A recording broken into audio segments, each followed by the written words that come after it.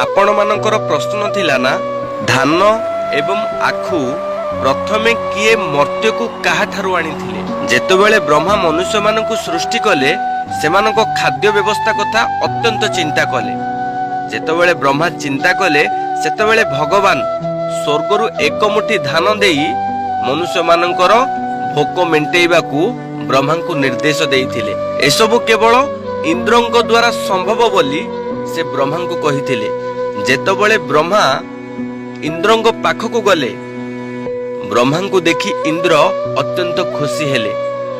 इंद्र ब्रह्मा को 3 पद आखु देई कहिले भगवान विष्णु देइथिबा मुठिए धान ए समाज रे अन्न भाव रे परिचित हेबो एवं एही 3 पद आखु द्वारा मनुष्य अमृत पान करिबो। तो तेणु भगवान देइथिबा धान